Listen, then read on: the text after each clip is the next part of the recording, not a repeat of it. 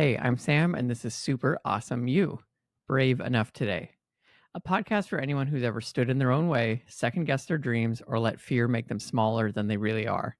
I'm basically describing myself, and I might be describing you as well.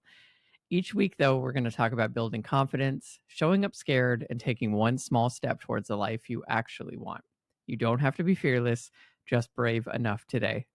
I appreciate you listening and being a part of the Brave Enough Today community. If you haven't already subscribed to my Substack, I'm going to have a link in the show notes. It's where I've been sending out weekly, sometimes twice a week emails about topics very similar to what we talk about here on the show, but I get to go a little bit deeper into some of the topics and just explore a little bit more. It's kind of fun, and having that freedom of posting more regularly through Substack has been really fun and rewarding. And so be sure to check that out if you prefer emails over podcasts. But hey, if you like podcasts, then you are in the right place. So last week, I actually sent out an email about neuroplasticity, which is honestly one of my favorite topics. It's one of the coolest things that I've ever learned in my neurobiology degree.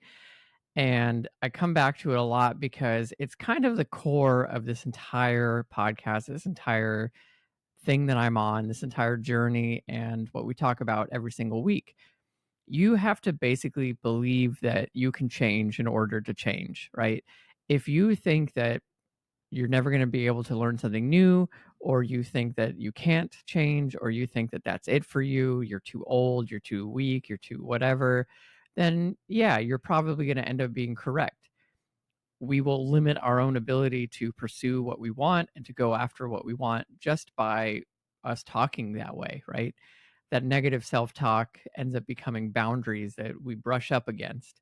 There's a lot of really interesting research about the impact of labeling and the impact of negative self talk on our ability to push boundaries, and our physical limitations sometimes even come into play, even though they're just thoughts.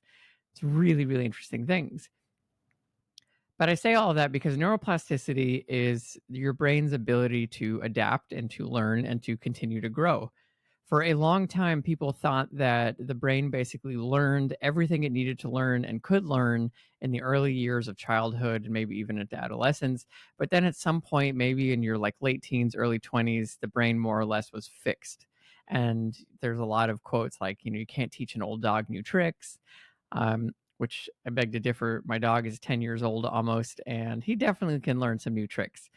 Um, so there's just this mindset, though, this kind of notion that once you are a certain age, you can't learn anymore, and like that's it. Your brain shuts down and closes up shop, and what you earned in your youth is what you're going to keep for the rest of your life, which is a really sad worldview. And I'm very grateful to, share with you, if you haven't already learned or figured this out, that that's not true. Through the use of a lot of different research studies, typically neurobiology research kind of relies on things that have gone horribly wrong in someone, unfortunately, because you can't really tweak the brain, nor would you ever want to tweak someone's brain. But unfortunately, when accidents occur or strokes occur or something that damages the brain or parts of the brain in some way, those people end up oftentimes agreeing to be studied or researched because it offers us an insight into what that part of the brain does. So, we can do an MRI scan, we can look at the impacted parts of the brain, and we can understand, oh, wow, like this area was responsible for speech. I believe that's called Broca's area, just as an FYI. Or this part of the brain is responsible for emotions and having like an emotional response to things, or higher level cognitive thinking.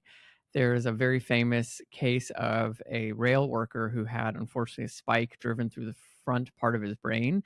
And even though he survived that horrific accident, he was never the same quite, he's just never the same afterwards. He just felt muted, and everything just didn't really click. He was able to take care of himself and lead some form of a life, but it was like his personality was severed in a way. And that's how we started to understand the prefrontal cortex and how it plays a very important part in who we are and how we act. So I say all of that to mention that whenever there is someone who suffers a stroke, which is really scary and unfortunate, but survives it, they might have parts of their brain that are damaged. And when that occurs, it again used to be kind of thought that that would be it for them. Like, let's say they lost the ability to speak, like that part of their brain may have been damaged during the hypoxia time period where they weren't getting oxygen delivered to their brain. Then people might just say, well, that's it. Like that part of the brain is gone, damaged, that's it. However, we have seen that stroke victims can, in fact, learn to speak again and learn to read again if maybe they lost the ability to read. They can learn to walk again if they lost the ability to walk. And in all these cases, I'm not saying that it's necessarily a one-to-one match, like they might not be able to speak perfectly the way that they did before. They might not be able to walk perfectly the way that they did before, but they regain enough to where they're functional and they can do something that previously it was thought that they just couldn't. And I think that is so fascinating and it's so amazing. And reading about those stories of people who've had these kind of horrific incidents in their life and how much they put into it and come back from it is really inspiring. I can get tears just thinking about it or reading about it. And that is true for all of us. If you are fully abled and you've got a healthy body, healthy brain, number one, I hope you are grateful for that every single day because that's a gift. Number two, that means that you can learn new things and you can tackle new things in your life and you can approach things that you've never done before.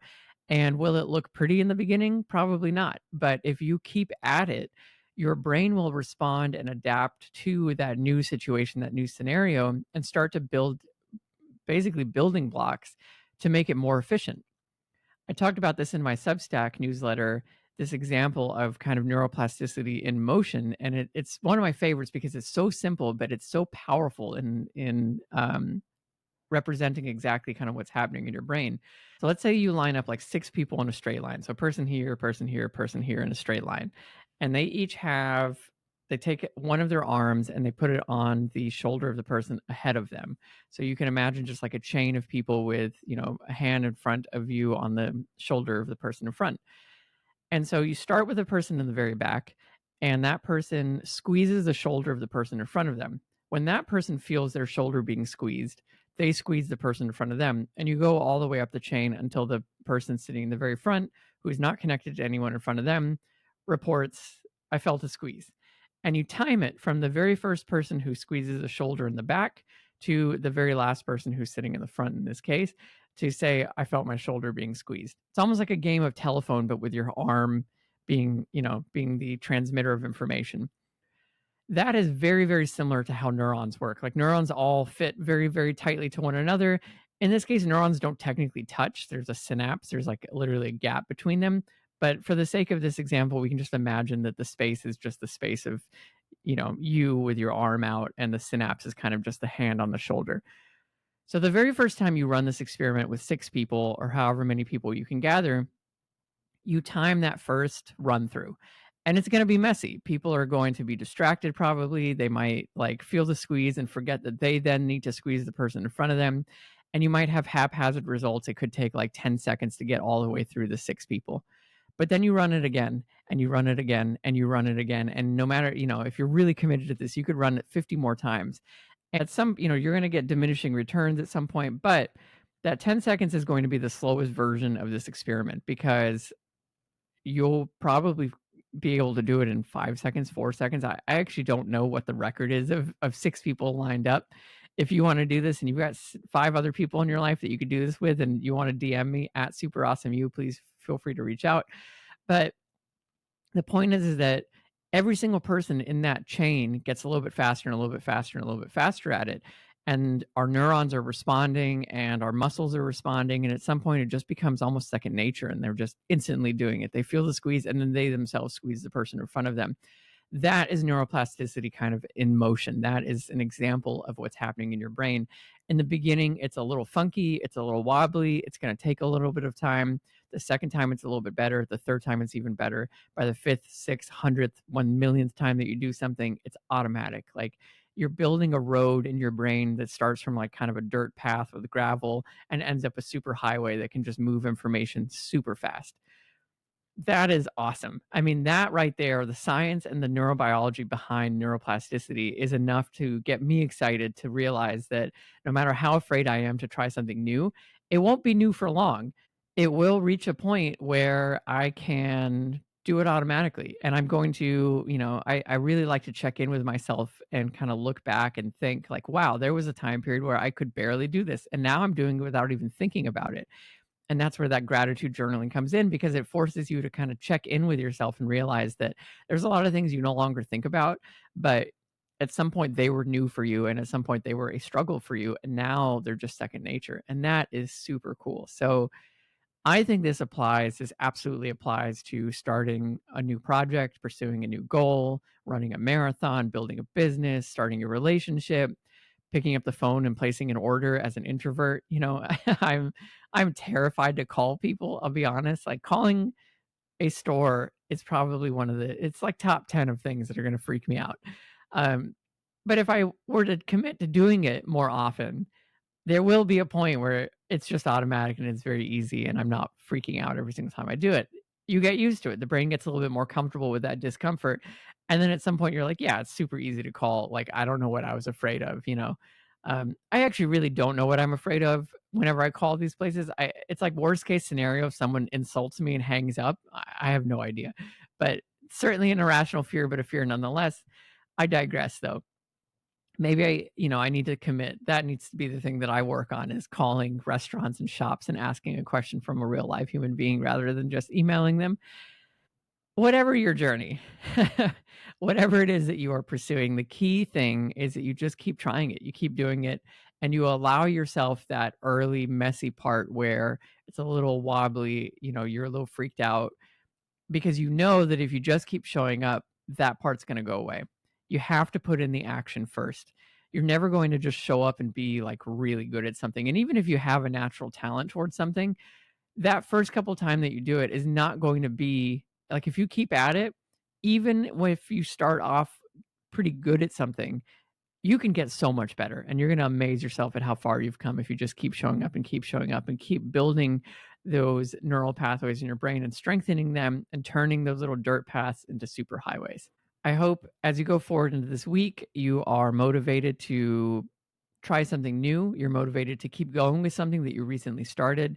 You can always let me know what you are up to. I'm always happy to hear your journeys and your adventures, and we can cheer each other on. But always keep going, stay kind, and be brave enough today.